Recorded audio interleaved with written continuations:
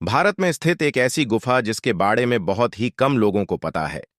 जी हां, मैं बात कर रहा हूं रामायण काल की बाली की गुफा के बारे में। वैज्ञानिक बाली की गुफा में घुसे तो अंदर जो नजारा देखा उनके भी होश उड़ गए।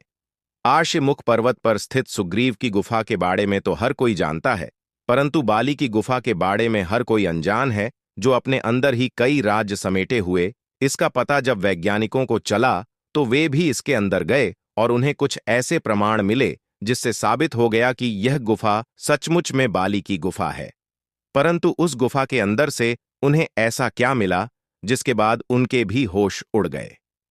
नमस्कार दोस्तों, अब देख रहे हैं knowledge of history YouTube channel. तो एक बार सच्चे दिल से कमेंट बॉक्स में जरूर लिखिएगा, हर हर महादेव, क्या हुआ कि अपने भाई से ही दुश्मनी हो गई। इसके पीछे का कारण था वो गुफा जिसे आज हम बाली की गुफा के नाम से जानते हैं। एक बार की बात है, जब मायावी नाम के राक्षस ने बाली को युद्ध के लिए ललकारा। बाली उसके पीछे भागा और वो राक्षस भागते भागते एक गुफा के अंदर जा पहुंच।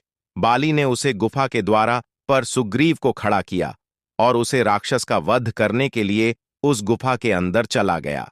तकरीबन 1 साल बीत चुका था और बाली इस गुफा के अंदर से नहीं लौटा था। सुग्रीव को बहुत चिंता सता रही थी, परंतु उसने देखा कि गुफा के अंदर से तो खून बाहर आ रहा है। उसे लगा कि बाली की युद्ध में मृत्यु हो गई है, इसलिए उसने एक बहुत बड़ा पत्थर लिया और उसे गुफा के मुख पर लगा दिया। परंतु वह सच से अनजान था। दरअसल वह गुफा इतनी लंबी थी कि उस राक्षस को ढूंढने में बाली को 1 साल लग गया और 1 साल बाद उसने उस मायावी राक्षस का वध कर दिया। परंतु जब वो उस द्वारा पर पहुंचा तो एक बहुत बड़ा पत्थर देखकर उसे भी हैरानी हुई। उसने मन ही मन सोचा कि शायद सुग्रीव मेरा शासन हड़पना चाहता है। उसने जैसे तैसे वो पत्थर हटाए और वापस अपनी नगरी में पहुंचकर सुग्रीव को धक्का मारकर अपनी नगरी से बाहर निकाल दिया। जिसके बाद सुग्रीव अन्य वानरों के साथ आर्षमुख पर्वत पर रहने लगे।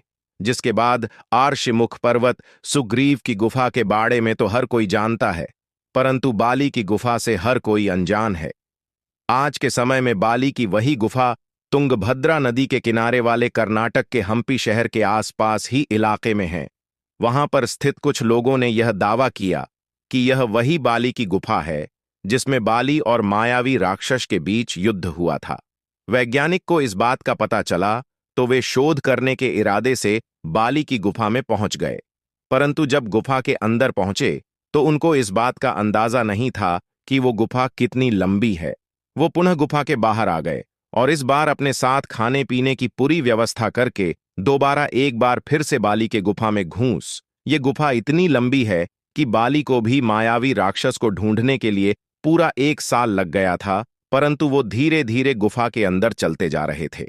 उन्हें बस कुछ ऐसा प्रमाण चाहिए था जिससे ये सिद्ध हो सके कि ये गुफा सचमुच में बाली की गुफा है।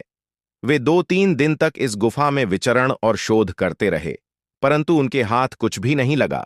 परंतु ठीक 3 दिन बाद उन्हें अंदर से एक विशालकाय नाखून प्राप्त हुआ। वह नाखून कोई सामान्य नाखून नहीं था और ना ही किसी जानवर का नाखून था। वह सभी हैरान थे कि आखिर यह नाखून किस प्रजाति का है जिसे शोध के लिए भेज दिया गया। जब वैज्ञानिक उस गुफा के और अंदर पहुंचे तो वहां पर उन्होंने जो देखा उन सभी के होश उड़ गए। दरअसल उस गुफा के अंदर में एक अलग ही भाषा में कुछ लिखा हुआ था जो किसी के समझ में नहीं आ रहा था, परंतु वैज्ञानिकों ने इस पर शोध किया तो उन्हें पता चला कि यह लिखावट तकरीबन 5 से 6 हजार साल पुरानी है। वानर नाम की प्रजाति पहले इस तरह की लिखावट का इस्तेमाल किया करते थे।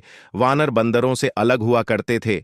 उनका शरीर मानव की तरह होता था, परंतु मुख बंदर की तरह उनकी पूंछ भी होती थी और वह काफी हष्ट-पुष्ट पहलवान की तरह होते थे।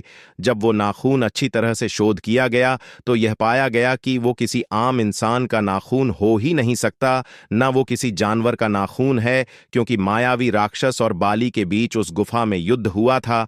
तो यह प्रमाण दिए गए कि यह जरूर उस मायावी राक्षस का ही नाखून है। जिसके बाद वैज्ञानिकों ने भी इस बात पर मोहर लगा दी कि यह गुफा सचमुच में बाली की गुफा है, जो आज के समय में तुंगभद्रा नदी वाले कर्नाटक के हम्पी शहर के जंगली इलाकों में मौजूद है।